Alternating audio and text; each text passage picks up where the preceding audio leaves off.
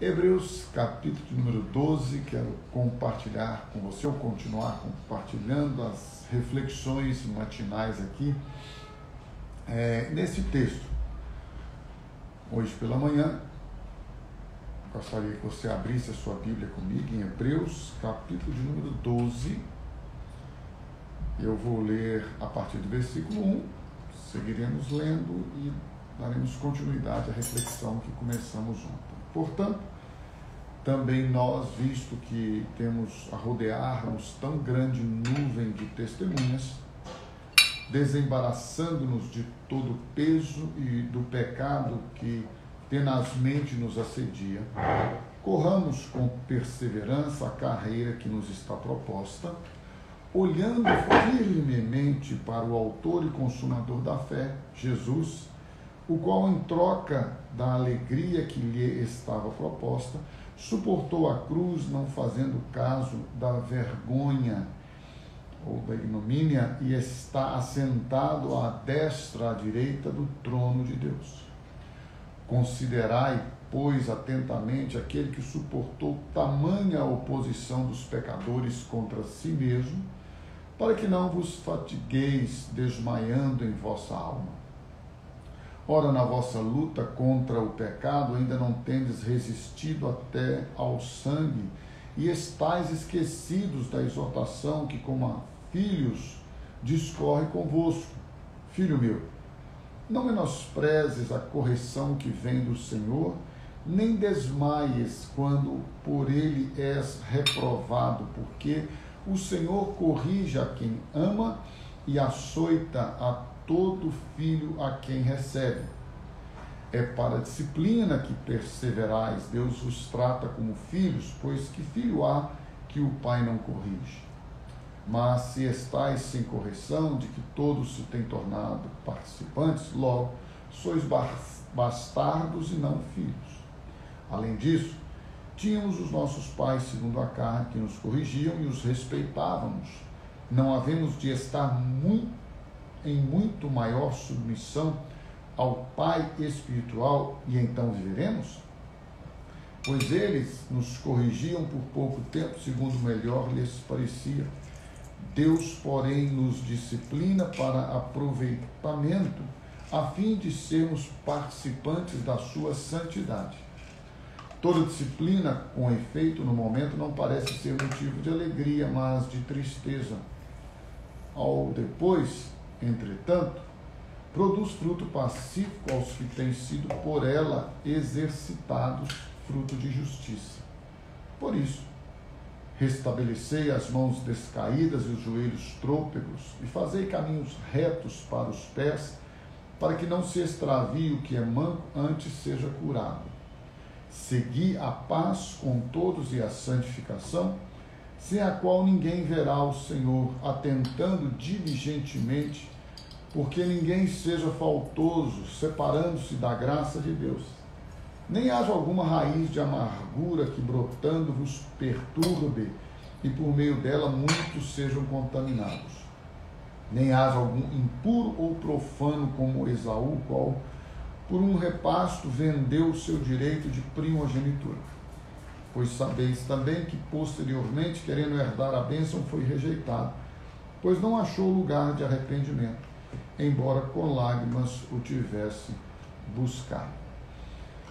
Ontem nós conseguimos ir até a metade, ou nem a metade, o início do versículo 2, onde nós vimos claramente a importância de firmarmos os nossos olhos, a nossa vida, a nossa existência no Senhor. E então a Bíblia nos chama a atenção. Eu tenho falado sobre vida cristã, tudo que eu procuro compartilhar com você aqui tem como fundamento a vida cristã, uma vida que nós decidimos viver, senão você vai viver a sua vida de impiedade. Se tem uma coisa que eu acho que não vale a pena, claro, cada um vai resolver o que quer fazer com a sua vida, mas eu acho que não vale a pena viver de forma morna, indefinida, indecisa, viver assim, meio evangelho, ser meio santo, ser meio puro, meio. vai logo para o inferno, vive logo no pecado, arrebenta logo com tudo, morre para lá. Porque não tem jeito, é muita religiosidade, é muita hipocrisia, é muita falsidade, é muita superficialidade. Eu não sei, talvez você tenha personalidade para isso, consiga conviver com isso, mas ou é quente ou é frio. Porque se for ficar meio termo, eu particularmente não prefiro, não acho que não resistiria viver na hipocrisia, na falsidade, na superficialidade do cristianismo. Mas, enfim, como eu disse aqui, já diz o dito popular escrito nas lameiras dos para-choques dos caminhões: Deus deu a vida a cada um para cuidar da sua própria vida, né? Então vamos lá, pensando nisso, olhando para Jesus, que é o autor, que é o consumador da fé. A fé vem pelo ouvir, ouvir pela palavra de Deus. Mas ele fala a respeito de uma atitude, de uma decisão, de um posicionamento de Jesus diante da morte, diante do sofrimento, diante da circunstância que ele teve a maior perda na sua existência. A maior perda que Jesus sofreu na existência do seu ser foi ficar separado de Deus, ser separado de Deus. Então a Bíblia nos informa, nos diz, nos mostra, nos revela que na cruz Cristo tomou sobre si a sua, a minha, a nossa identidade de pecadores, a nossa velha vida, o nosso velho homem, a nossa natureza carnal, pecaminosa, maligna, corrupta, perversa, imprestável, mentirosa, sem vergonha, essa natureza que não presta, a natureza do homem sem Deus, a natureza de alguém que não nasceu de novo. Por melhor que ela seja na sua humanidade, e a humanidade proporciona-nos, sim, a possibilidade de sermos pessoas boas, socialmente falando, e até em atitudes, em boas obras. Mas no que diz respeito ao coração, a motivação e a intenção, somente depois de regenerados, nascidos de novo, feitos novas criaturas, é que nós experimentamos verdadeiramente a natureza divina.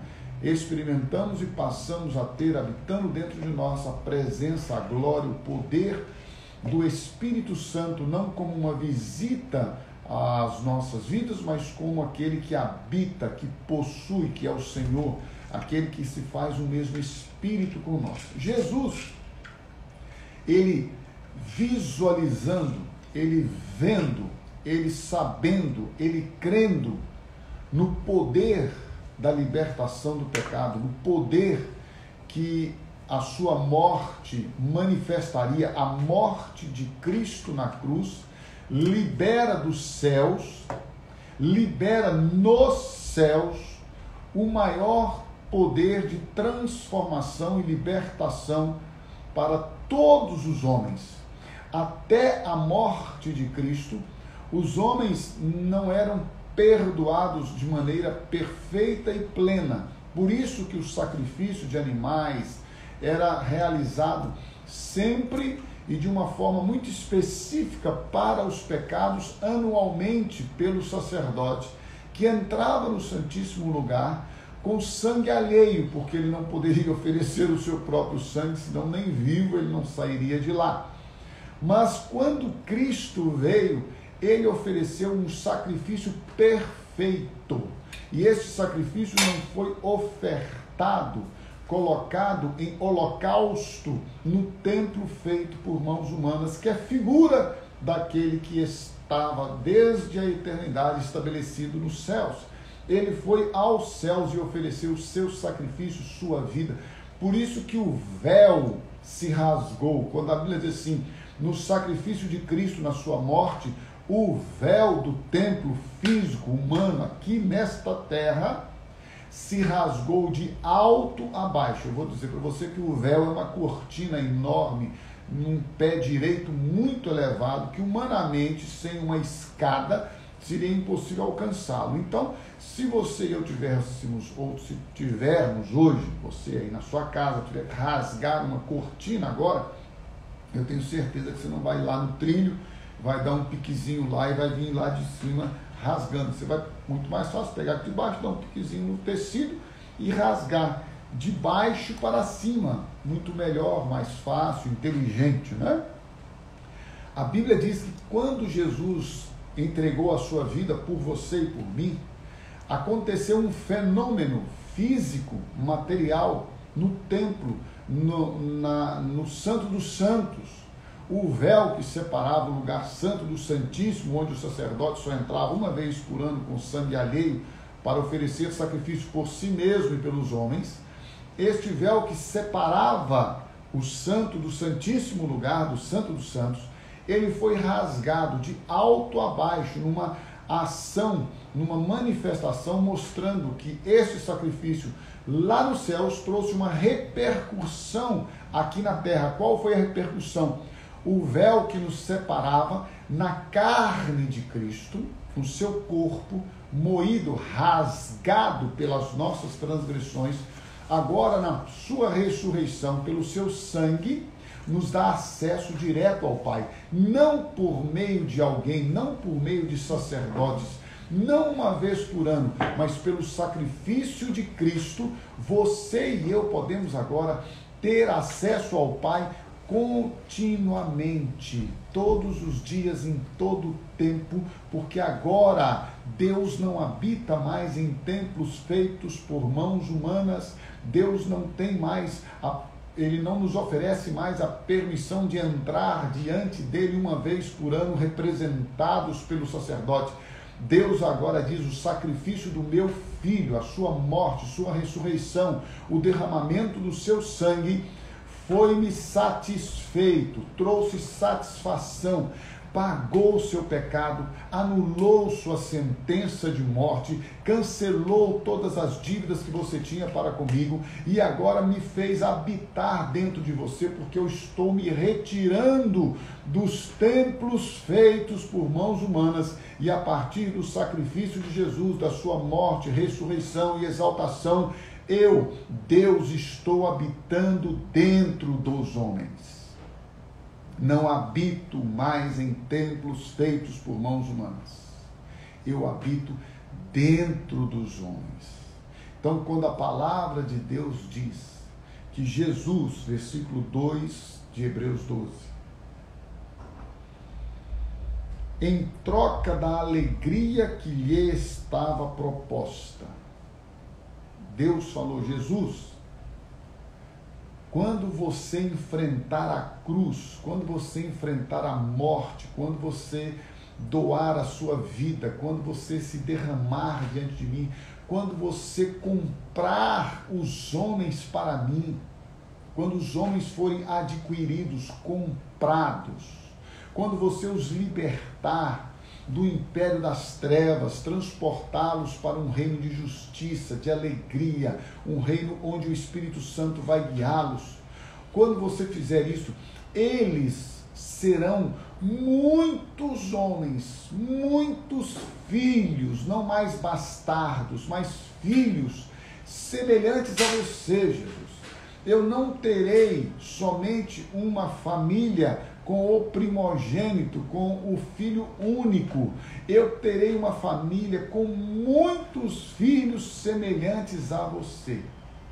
Jesus olhou para a alegria, isto alegrou o coração de Jesus. Veja, meu irmão e minha irmã, muitas vezes você e eu não percebemos que grande parte do nosso sofrimento, que às vezes nós mesmos causamos, isso não importa, ou mesmo que os outros estejam causando em nós, grande parte do nosso sofrimento, se nós soubermos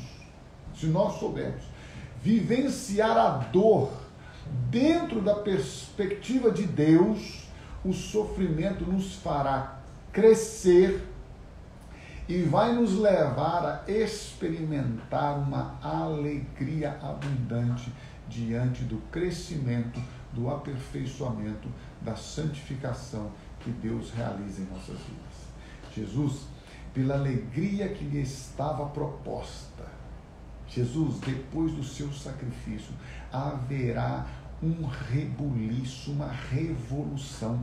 Vai acontecer algo na terra explosivo, bombástico, maravilhoso, sobrenatural. Vai acontecer algo na terra, nos céus, no inferno, que nunca aconteceu na história da humanidade e do universo. Jesus olhou tudo isso. Ele é Deus Filho, não se esqueça. Ele é Deus Pai, Deus Filho e Deus Espírito Santo. O Jesus que está aqui é o Filho do homem, mas ele vem com a consciência clara do que está por vir, por acontecer. Ele tem consciência, então ele diz, pela alegria, em troca, ele falou, eu quero essa alegria, eu quero trazer esta alegria para os homens, eu quero trazer esta alegria para as nações, eu quero trazer esta alegria para os filhos de Deus. Então ele diz, em troca da alegria que lhe estava proposta, Jesus suportou a cruz. Ele foi para a cruz, que ali era humilhação, desprezo, vergonha. Esta palavra ignomínia é vergonha, é desprezo, é exposição vergonhosa, é exposição pública vergonhosa. Ele não fez conta, não fazendo caso. Ele não fez conta. A Bíblia diz assim, que haja em vós a mesma atitude de Cristo Jesus, que sendo Deus, não se apegou que o ser igual a Deus era algo a que devia usar. Ele abriu mão. Por isso que a Bíblia diz, ele foi obediente até a morte e morte de cruz. Ele abriu mão do seu direito de, como Deus, dizer assim, passa de mim este cálice. Lembre-se sempre de uma coisa, meu irmão. Deus, a Bíblia diz que Deus ouviu a Jesus naquilo que ele pediu. Então deixa eu explicar, desenhado para você. Jesus falou assim, Pai, se possível for, passa de mim este cálice. Deus disse, passo. Deus respondeu a oração de Jesus naquilo que ele clamou. Deus não deixou sem resposta, não. Deus disse, passo. Mas aí Jesus disse, mas não seja feita a minha vontade, e sim a tua vontade. Vamos lá. Pai, se for possível, qual que é a maior dor? Eu introduzi esta reflexão nesta manhã falando sobre isso. Qual que é a maior perda de Jesus? Você acha que a maior perda de Jesus foi o seu sangue? Você acha que a maior perda de Jesus foi os pedaços da sua carne que foram dilacerados, arrancados por causa da nossa vida, do nosso pecado? Você acha que a maior perda de Jesus foi a convivência com a sua mãe, seus irmãos, seus discípulos, as pessoas a quem ele amava? Você acha que a maior perda de Jesus foi a dor da vergonha? Deixa eu dar uma notícia para você, meu irmão, minha irmã. Jesus, olhando para a alegria que lhe estava proposta, ele superou todas as coisas. A maior perda de Jesus, a oração de Jesus é, se possível for, passa de mim este cálice, este momento, este tempo que eu vou viver. Não é por causa da dor, não é por causa da separação da sua mãe, dos seus irmãos, da morte. Ele não estava com medo da morte, meu irmão. Jesus só não queria ficar separado do Pai, porque a Bíblia diz que Deus virou as costas para Jesus quando ele naquela cruz tomou sobre si as nossas dores e enfermidades. Não fica pensando você que Deus virou as costas para Jesus porque ele não queria ver Jesus sofrendo. Deixa eu dar uma notícia para você. Deus virou as costas para Jesus porque Deus não pode ter comunhão com o pecado. Deus não pode ter relacionamento e intimidade com o pecado. E Jesus, o Cordeiro de Deus, tomou sobre si a minha, a nossa natureza carnal, pecaminosa, colocou no corpo dele. E naquela cruz, a dor que ele sofreu não foi o seu, o meu, o nosso pecado. Isso ele fez com que ele pudesse sofrer, mas a maior dor era a separação de Deus. Então ele foi ouvido, lembre-se disso. A resposta para Jesus, quando ele orou, Pai, se possível for, passe de mim este cálice, foi sim.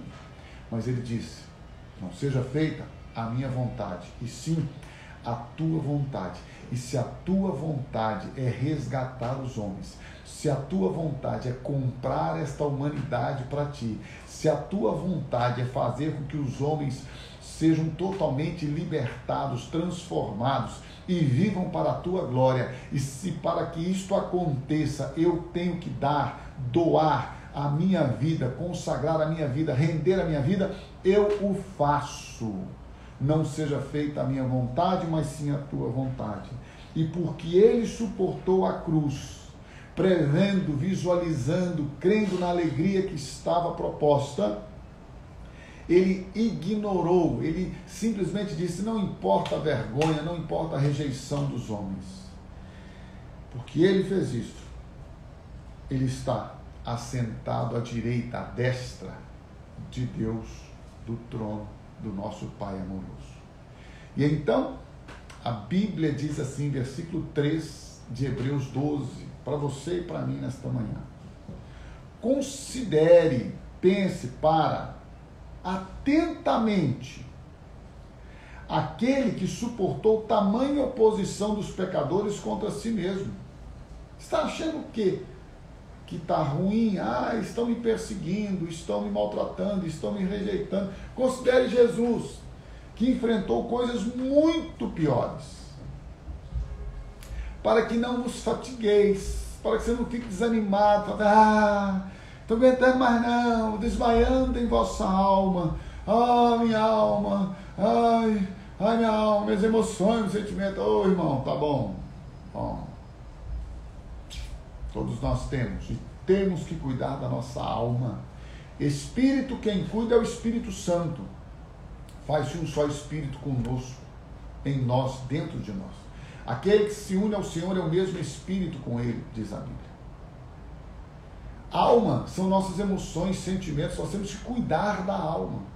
Essa história de você ser espiritual e a sua alma já estar tratada, curada, isso é bobagem. É por isso que essa crentalhada está toda aí doente, porque não cuida da alma. A alma são as nossas emoções, nossos sentimentos, e a Bíblia diz que Deus guarda, a paz de Deus, que excede todo entendimento, guardará os vossos corações, os vossos sentimentos, as vossas emoções. A alma a gente precisa trabalhar, a alma a gente precisa cuidar, ela é cuidada pelo Espírito Santo, ela é cuidada pela palavra, ela é cuidada através da ação, das atitudes uns para com os outros, no amor com que nós vivemos uns para com os outros. A alma, as nossas emoções, porque senão ela vai desfalecer. Mas antes da sua alma desfalecer, quando você estiver desanimado, quando a sua alma estiver abatida, você diz, alma, não fica abatida, não, confia no Senhor. Alma, não fica abatida não, porque Jesus vai te fortalecer, vai te animar, vai te curar, vai te trazer saúde, vai te trazer bem-estar, alma. Deleita-te no Senhor, alegra-te nele. Lembra, alma, que existe uma alegria que vai além dos seus sentimentos e emoções, a alegria do Espírito Santo. Então, não se canse, não se desanime. E aí há um alerta para você e para mim, porque, queridos, a diferença fundamental do cristianismo, eu introduzi isso aqui também hoje, falando a respeito da questão de ser morno. A diferença do cristianismo está em ser livre do pecado ou não, em ser santo ou pecador, ou filho de Deus ou filho do diabo. Não tem esse negócio de cristianismo de simpatia. Fulano é simpático ao evangélico. O que ele é? Ele é um simpático. Que ele é? Ele vai na igreja todo domingo, ele é pastor, ele é sei lá o que, presbítero, diácono. Daí que ele é pastor, que ele é presbítero, que ele é diácono, que ele é ministro de música, que ele é cantor, que ele é profeta, que ele é profetisa. E daí, gente? Eu quero saber se você é livre do pecado, nascido de novo. Quero saber se já morreu para o seu ego, morreu para os seus direitos, morreu para o pecado, porque aquele que está morto está justificado. Aquele que morreu semelhante à morte de Cristo. Aí a Bíblia diz assim, olha, Na luta contra o pecado, não é luta contra o pecado, dizer, o pecado, a alma, o pecado, a carne, o espírito luta, milita. Isso é para quem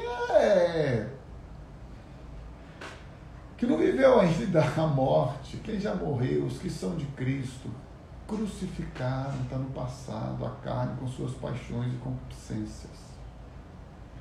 Na luta contra o pecado, é rejeitando o pecado que tão de perto nos assedia. Texto, contexto. Portanto, nós, visto que temos a rodear-nos tão grande nuvem de testemunhas, desembaraçando-nos de todo peso e do pecado que tenazmente nos assedia, nos rodeia. Ora, na vossa luta contra o pecado que tão de perto, que tão tenazmente nos assedia, está ao nosso entorno, nos rodeia, nessa luta contra o pecado, para dizer não ao pecado. Ainda não tendes resistido até ao sangue. Lembra-se de José, meu amado, a mulher do patrão dele, do chefe dele, queria deitar-se com ele, queria ter relações sexuais com ele, queria adulterar com ele. Aí José falou com ele, ô dona louca, escuta aqui, ô perdida, eu vou pecar contra Deus e contra o meu Senhor. Ele não me impediu de nada, ele me deu acesso e direito a todas as coisas. Ele só falou assim, a minha mulher, você não pode pecar nela. Aliás, deixa eu pra lá, não vou entrar não. Na vossa luta contra o pecado vai estar diante de você em todo o tempo, tá? Pecado sempre está diante de nós. Tentação, a Bíblia não diz que e você nasce de novo e fica livre da tentação. A Bíblia não falou isso não. A Bíblia diz que você nasce de novo e fica livre do pecado. O pecado que tão de perto nos rodeia. E nessa luta contra o pecado que tão de perto nos rodeia, se precisar, nós seremos injustiçados, inclusive como José foi, porque fugiu. Porque a Bíblia diz, meu precioso, amado, lindo irmão e irmã, que o diabo você resiste. Resistir ao diabo e ele fugirá de vós. Do pecado, meu amado, você foge. Da tentação do desejo, você foge. Desejo todos nós temos. E só temos desejo que nos leve à tentação porque ele é pecado. Então, na luta contra o pecado, contra o desejo, você não vai ceder. Ainda não resististe, diz a Bíblia. Lutando até o sangue. Se precisar, você morre, mas não cede. Esse é o ponto. E estáis esquecidos, esqueceram da exortação, que como a filhos discorre convosco.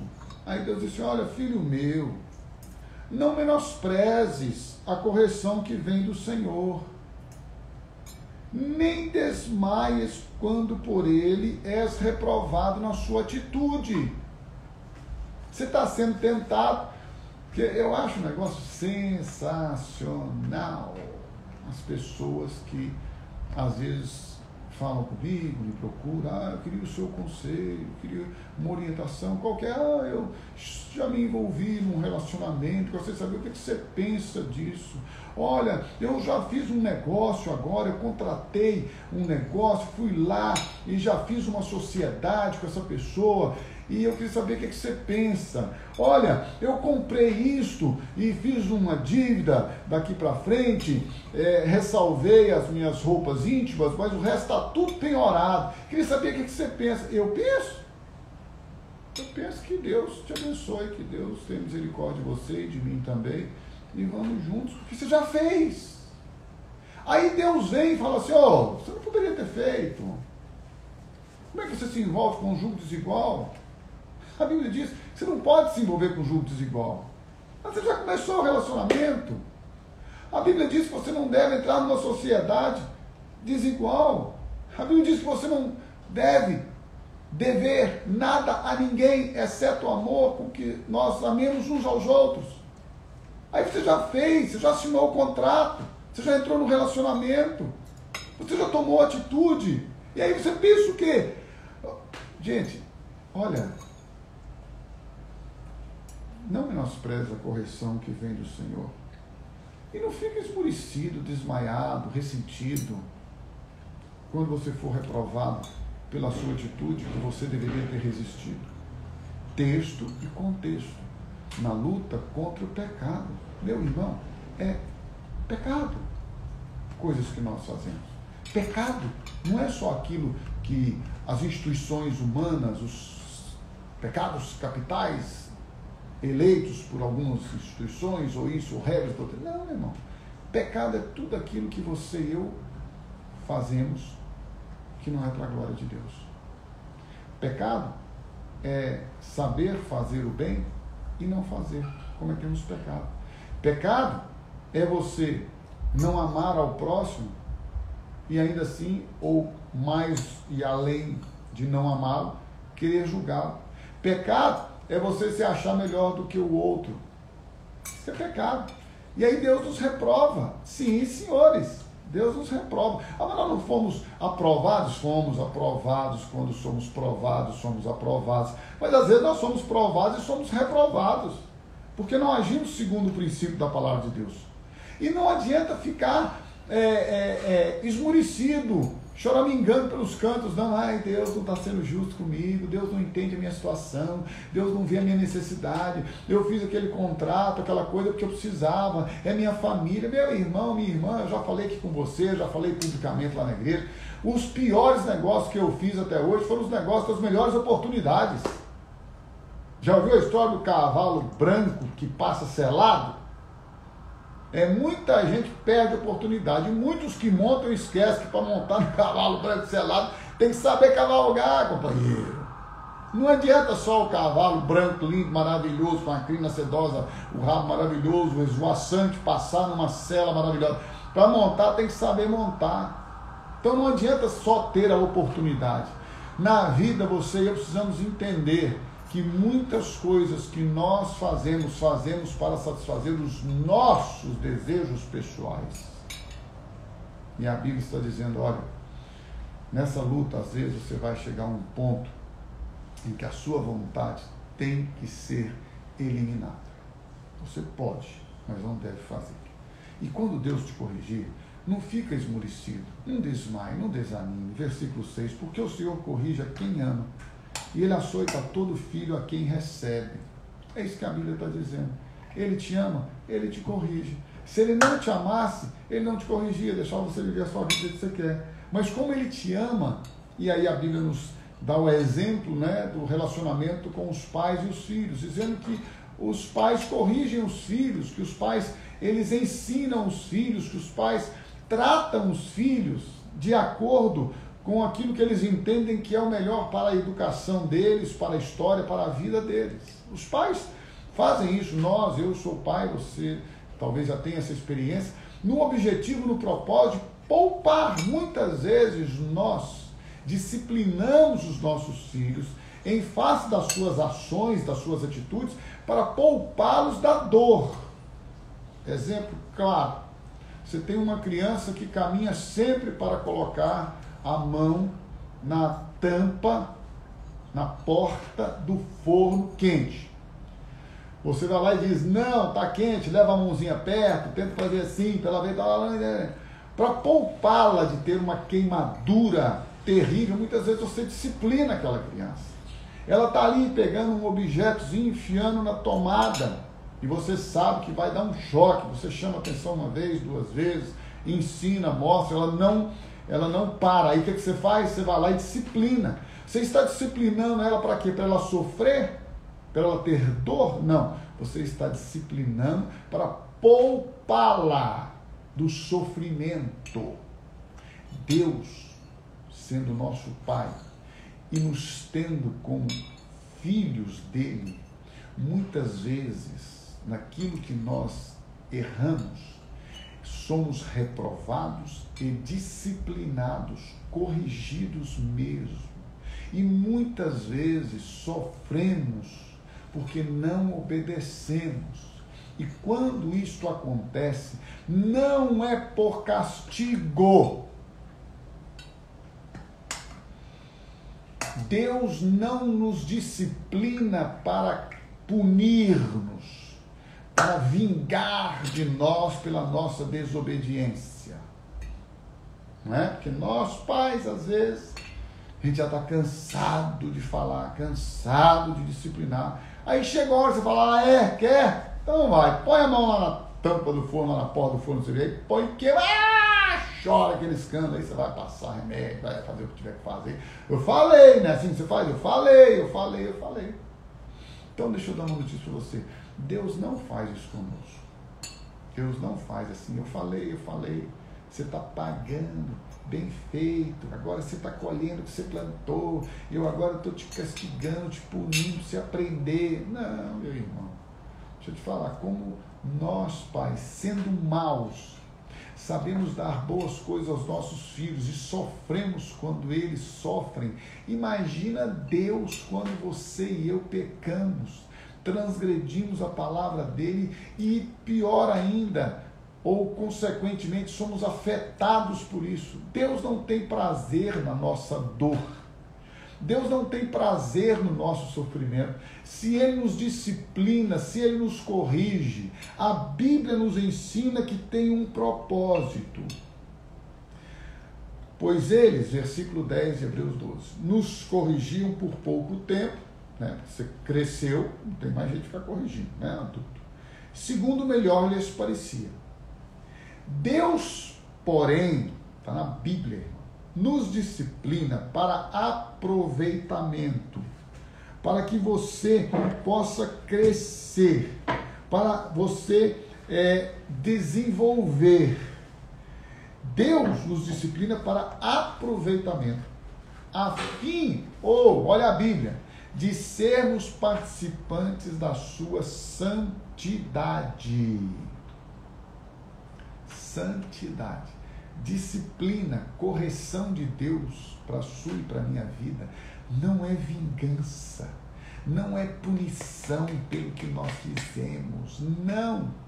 É disciplina para levar-nos à santidade, à pureza, para levar-nos ao crescimento. Jesus foi aperfeiçoado por aquilo que sofreu. No sofrimento, você e eu devemos crescer. Pegue as suas dores e, ao invés de colocá-las na reclusão, na amargura, na introversão, de ficar remoendo e ser moldado por aquela dor, pega a sua dor, coloca diante do Senhor, abre, rasga seu coração, coloca diante dele tudo aquilo que você está vivendo e permita que ele trabalhe na sua vida para crescimento, para santificação. Toda disciplina com efeito no momento não parece ser motivo de alegria, verdade, mas de tristeza. Ao que depois, posteriormente, entretanto, produz fruto pacífico aos que têm sido por ela, pela disciplina, exercitados, fruto de justiça. Este é o ponto para você, para mim, que eu creio que Deus vai levar-nos a cada dia a este crescimento maravilhoso. Lembre-se, coloque no seu coração. Olhando para Jesus, toda a nossa vida, existência, todo o nosso ser, tem como propósito maior viver para a glória de Deus, glorificar a Deus, o nosso Pai. E se você fizer isso, com certeza, a boa obra que Ele começou na sua vida, na sua história, Ele vai aperfeiçoá-la. Ele vai aperfeiçoá-la de maneira plena, poderosa, graciosa, maravilhosa, bondosa. Ele não faz nada para, como eu disse aqui, nos punir, nos castigar. Ele faz tudo para nos abençoar. Portanto, vamos continuar olhando para Jesus, autor, consumador da nossa fé. E lembrando sempre, este momento que estamos passando, vai passar. tudo que você está vivendo de dor, tristeza, aperto, momentos de inquietude, tudo vai passar. E nunca, jamais se esqueça, você sempre, sempre receberá de Deus o melhor. Sua boa, agradável e perfeita vontade. E o melhor de Deus sempre está por vir. Pastor, mas está maravilhoso. Vai ficar melhor. O melhor de Deus sempre está por vir. Entrega teu caminho a Ele, confia nele, descanse o mais, Ele fará. Olhe sempre para Jesus. Ele é o autor, Ele é o consumador da nossa fé. Volte-se para Ele. Não desanime, não desmaies, não fique com a sua vida, com a sua alma abatida diante do sofrimento, diante da dor. Lembre-se, tudo coopera para o bem daqueles que amam a Deus, daqueles que são chamados para o seu propósito. Então, mais uma vez, renove seu ânimo, renove sua força, renove sua esperança, persevere na palavra e lembre-se, a tribulação produz perseverança. Então vamos juntos, em meio aos momentos de maior dificuldade, intensidade de pressão, de contrariedade, de luta, de tudo. Não desanimes. Renove suas forças no Senhor. Como? Olhando para Ele, olhando para Jesus, autor e consumador da nossa fé. Amém, meus amados?